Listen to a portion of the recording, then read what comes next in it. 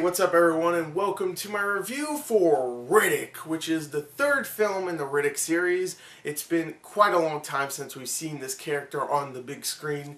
The last time was 2004's Chronicles of Riddick, and now we have Riddick. So they got rid of that Chronicles part, they got rid of the S, they put it as its own movie, Chronicle. Good movie, go check it out. And now we have Riddick. So I was looking forward to seeing this film because I love Pitch Black, the first movie, and I guess the trilogy now. And Chronicles of Riddick was not good. It wasn't, but it was actually kind of fun. It was cheesy as all hell. It was stupid. There was just so many dumb costumes, and just Carl Urban looked ridiculous in that movie. And don't worry, he looks pretty ridiculous in this movie too. And I don't know, I just enjoyed that film. It was stupid, but it was fun. So I was looking forward to this film. Hopefully it was going to be more like Pitch Black than more like Chronicles of Riddick, and they've been saying, hey, this movie is going to be way more like Pitch Black. Do not worry. So I was looking forward to it. The trailers themselves, not so great, but I was still looking forward to it. So, did Vin Diesel let me down? Let's find out in the story. Story for Riddick follows Riddick, played by Vin Diesel once again, who is, of course, the space outlaw who can see in the dark that we all know and love. Hey, if you don't like Chronicles of Riddick and you do like Pitch Black, remember, he also had two awesome video games that he was the main character in. Remember that. Remember. And also he has this film, which could be awesome or could be crappy. Who knows? I'll tell you in a second. But anyway, I got way off track.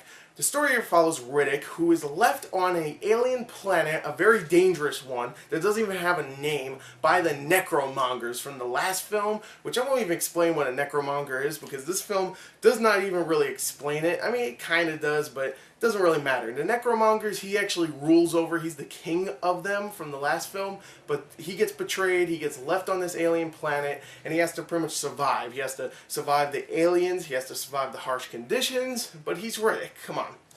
He'll survive it, right? Right? So he finds a outpost in about like an hour into the film. He finds an outpost, he calls these he pretty much sends a beacon to all mercenaries. Hey, I know I'm really worth a lot, so come and get me.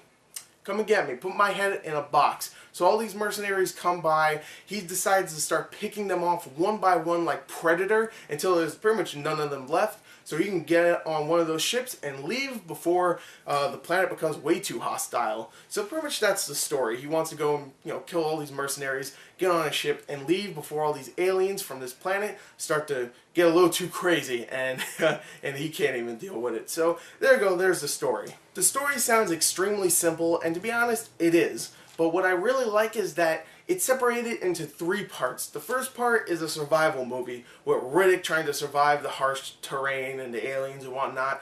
Then the second part is him being pretty much the Predator and just going after all of the mercenaries, and I thought that was really cool. Then the third part is pretty much a survival horror action film where all the aliens come and, picking off the mercenaries one by one, and Riddick's killing them with his freaking blade and stuff, and it pretty much turns into a survival horror action film, or Pitch Black. It pretty much turns into Pitch Black at the end. And what I really loved about the story is that Riddick is a badass again. Chronicles of Riddick, the movie, turned him into kind of a softie. Not really a softie, but he wasn't, he wasn't as badass as he was in Pitch Black and even the video game. But here they turn him into a badass once again. So many awesome moments where he's just dragging people around or something. He doesn't care. He is not a nice guy. He's just dragging people around, killing them, just saying things that not, a typical hero really wouldn't say. He's definitely not a hero. He's more of an anti-hero, but I love that. He is a fantastic character, and Vin Diesel plays him perfectly. I love that dude. It's weird to say this because, like, maybe a couple years ago, I wouldn't say this about Vin Diesel, but now, Vin Diesel is the man. I love that guy. The rest of the acting is pretty good as well. Carl Urban comes back as his character from the last film, Vaco, and he's here for pretty much one scene. He's here for maybe 2 minutes, and that's it.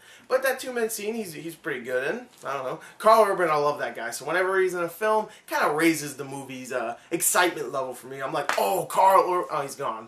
Well, hey, he sets up the rest of the movie. So, good. But yeah, he's great here, I guess. I don't know. The rest of the acting, there's a lot of unknown people here, but there's a couple of pretty good pretty good people here. I really liked Katie Sackhoff. I think I'm saying her name right. I think I got her last name wrong, but she was from Battlestar Galactica, and she's pretty badass in here, actually. Even though I would say she talks a lot of badass lingo. She talks a lot of badass stuff, but a lot of times she doesn't really do much in the film, but she is still pretty badass, and you get to see her naked, so hey, that's cool. I really like Dave Bautista in this, which is very surprising to say because it's Bautista. He used to be a wrestler, and, you know, he's only had one other movie that I know of, that freaking Man with the Iron Fist movie, but he's actually pretty good here. He's actually pretty funny for the most part. He's tough. I like him. You know what? Bautista has some charisma. I don't know. I don't care. I like them. So the rest of the supporting actors do a pretty good job, and also the movie is actually pretty funny. So the actors do a damn good job of actually portraying that comedy without making it seem cheesy or whatnot. Well, sometimes it's cheesy, but it's still kind of funny. So overall, I think the acting is pretty good for the most part. They know what they're in, and you know, Vin Diesel's awesome. That's all you need. He's badass. Vin Diesel's badass as Riddick once again, which is good. So there you go. The acting is really good for the most. Now, this movie is action-packed. It has a lot of action. It has a lot of special effects. It also has a lot of violence. So, was the action, special effects, and even violence good? Well, the action was actually very well done for the most part. This is a $38 million budget, and you really couldn't tell all the special effects and the action going on. It does not seem like a $38 million budget. Hell, I've seen, look, Grown Ups 2, that movie cost $80 million. That was double, more than double the budget of this film. And that one, what do? They hang out on a bus with friggin' Nick Swartzen upside down. That's it. That's all they do. That's their budget for that film. $80 million for that. Here, $38 million, and they do some damn good stuff. They make this planet actually feel, not real, but they make it feel really dangerous and really like hostile. And you're like, oh man, I don't want to screw with the aliens on this planet because they are pretty scary. But they do a damn good job of modeling it and make it look real.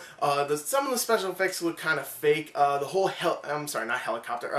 the whole motorcycle scene. There's one scene in the beginning of the movie, well, not the beginning, but like about an hour and 15 minutes in where you see these motorcycles driving through the desert and it looks terrible. But then later on, there's a whole really big scene where they're driving through the dark with motorcycles. It actually looks pretty good for the most part. But besides that, the aliens look really good. I think they do look amazing. I mean, sure, they look a little bit, CG-ish, but you know what? You have to take in consideration that it is a $38 million budget. And if you do, then they do look amazing in my opinion. The action is great here. It's very violent, like I said, which the last movie was definitely not. There's a lot of guts, there's a lot of head decapitations, there's a lot of blood, people get cut in half. It's awesome. Very, very bloody. They use practical effects pretty well in this film also.